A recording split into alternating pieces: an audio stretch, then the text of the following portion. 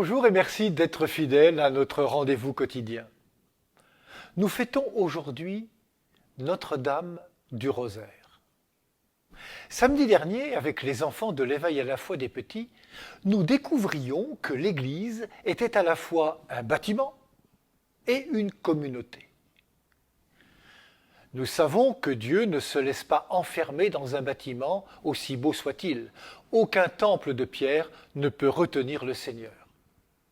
Les Écritures nous disent que Dieu est présent dans les temples de chair que nous sommes.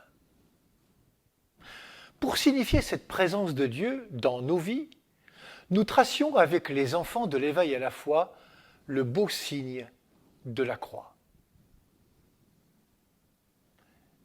L'évangile de ce jour nous dit que Marie est comblée de grâce et qu'elle va porter en son sein le Fils du Très-Haut.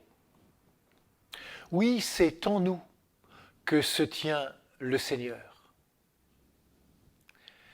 Et l'apôtre Paul écrit aux chrétiens de Corinthe: « Ne savez-vous pas que vous êtes le temple de Dieu et que l'Esprit habite en vous? Le temple de Dieu est sacré et ce temple, c'est vous. » Si, au moment de l'accouchement de Marie, il n'y avait pas de place pour eux dans l'auberge, souhaitons qu'il y en ait dans nos cœurs. Le souhait de Jésus n'est-il pas de faire en nous sa demeure? Marie, par son oui de foi, porte en elle celui de qui elle recevra la vie. Elle sera sa première disciple, elle sera à son écoute. L'Évangile nous dit, Marie retenait tous ces événements et les méditait dans son cœur.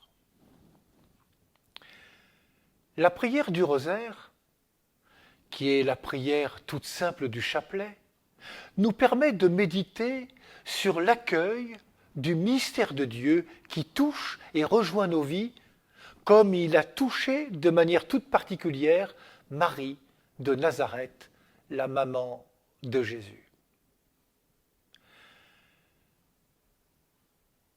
Cette prière nous permet de rassembler tous les événements de notre vie individuelle ou familiale, de la vie de notre pays, de l'Église, de l'humanité, c'est-à-dire nos événements personnels ou ceux de notre prochain, et en particulier de celles et ceux dont nous sommes les plus proches et qui nous tiennent le plus à cœur.